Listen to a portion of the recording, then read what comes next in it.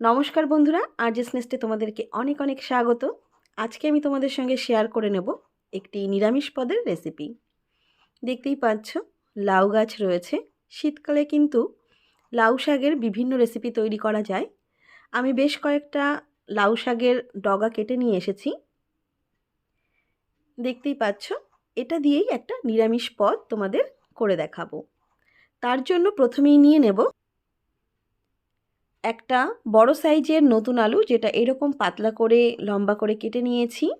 এখানে আছে 1 চা চামচ গোটা জিরে আর 5টা কাঁচা লঙ্কা একসঙ্গে বাটা। আর নিয়ে নিয়েছি পোস্ত বাটা। এখানে প্রায় 1.5 চা চামচ পরিমাণে পোস্ত বেটে রেখেছি।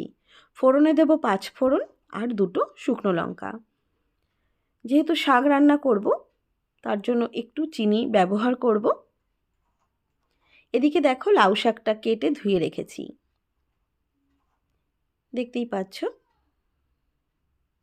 আমি এই যে লাউ শাকের ডাঁটাগুলো রয়েছে সেগুলো আলাদা করে নেব।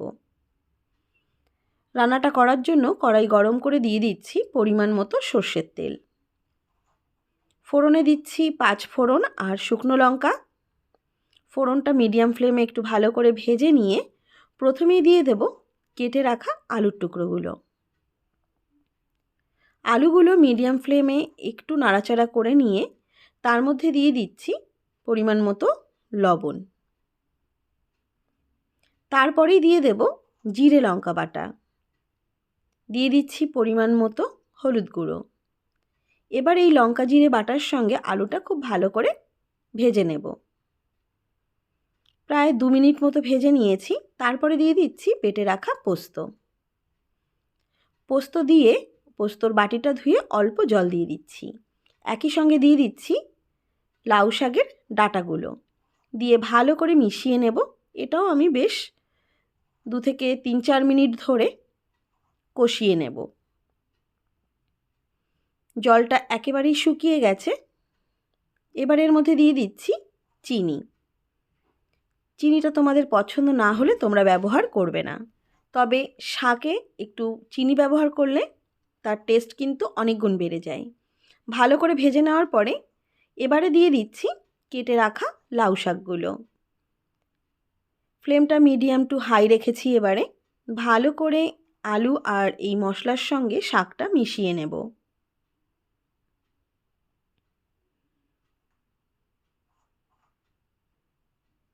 ভালোভাবে মিশিয়ে নেওয়ার পরে দিয়ে দিচ্ছি অল্প পরিমাণে গরম জল।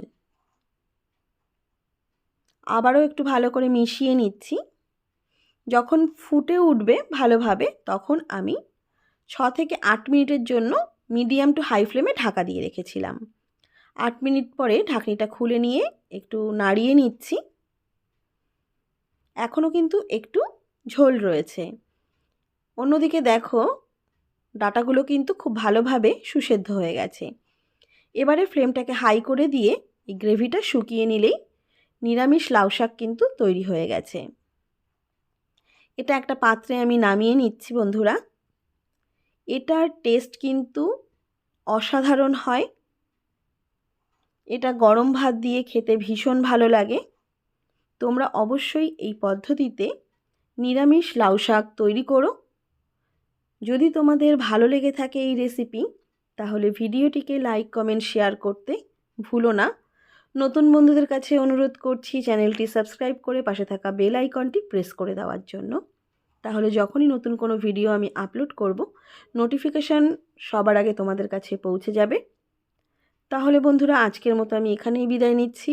আবারও হাজির হয়ে যাব নতুন কোনো রেসিপির সঙ্গে। তোমরা খুব ভালো থেকো, সুস্থ থেকো এবং আমাকে এভাবে সাপোর্ট করার জন্য, আমার পাশে থাকার জন্য তোমাদেরকে জানাচ্ছি আন্তরিকভাবে অনেক অনেক ধন্যবাদ।